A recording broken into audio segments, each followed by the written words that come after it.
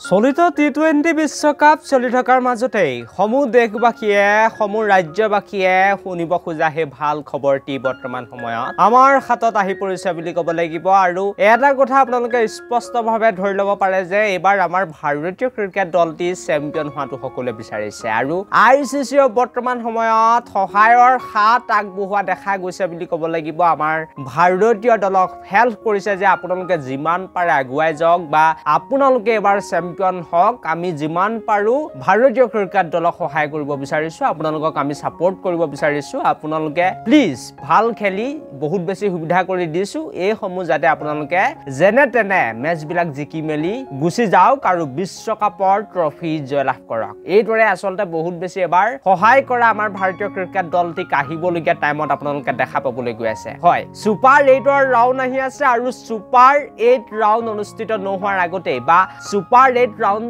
অনুষ্ঠিত হ'বলৈ মাজত কেইটামান দিন বাকি থকাৰ অৱস্থাতে ICC আনিছে মাষ্টাৰ প্লেন আৰু সেই মাষ্টাৰ প্লেনৰ পৰাই এটা কথা স্পষ্ট যে আমাৰ ভাৰতীয় ক্ৰিকেট দলটি 2024 বৰ্ষৰ টি20 বিশ্বকাপৰ সুপাৰ 4ত বা টপ 4ত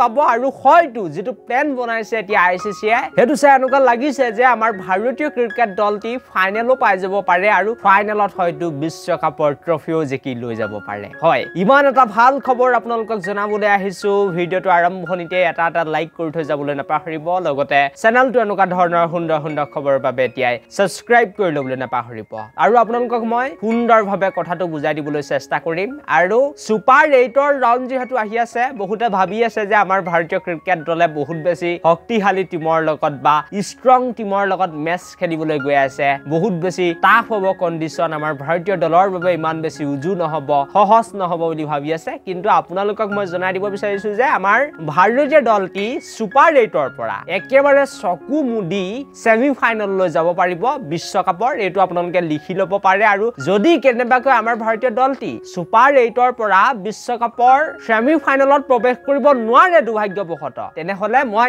এটো কথাই ক'ব বিচাৰিম যে আমাৰ ভাৰতীয় ক্ৰিকেট দলে হয়তো আৰু খেলাতকৈ নেখেলাই ভাল কাৰণ বহুত বেছি এটা সুবিধা কৰি দিছে বুলি ক'ব লাগিব ICCৰ ফালৰ পৰা আৰু সকলোকে মই জনাই দিব বিচাৰিছো যে অহা 20 জুন তাৰিখে সুপাৰ 8 ৰাউণ্ডৰ প্ৰথমখন মেচ আমাৰ ভাৰতীয় ক্ৰিকেট দলৰ ৰাখিছে ICC আৰু হেখন খেল কাৰ লগত হ'বলৈ গৈ আছে বুলি আপোনালোকে ভাবিছে হয় আফগানিস্তান দলৰ মুখামুখি হ'ব আমাৰ ভাৰতীয় ক্ৰিকেট দল আৰু আফগানিস্তান দলে যিমানে এতিয়া ভাল প্ৰদৰ্শন নকৰক কিয় বিশ্বকাপত কিন্তু যেতিয়া আমাৰ ইণ্ডিয়া টিম সন্মুখত আহি যায় এই আফগানিস্তান টিমটো একেবাৰে বেক ফুটত আহি যায় বুলি ক'ব লাগিব গতিকে হেখন মেচতটো আমাৰ ভাৰতীয় ক্ৰিকেট দলটি জিকিব আফগানিস্তান মই নাভাবো যে আমাৰ ভাৰতীয় দলৰ বাবে ইমান বেছি এটা কঠিন কাম হ'ব তেওঁলোকক হৰুৱাটো আৰু সেইবাবে 2 পইণ্ট আপোনালোকে লিখি ল'ব পাৰে সুপাৰ 8 ৰাউণ্ডত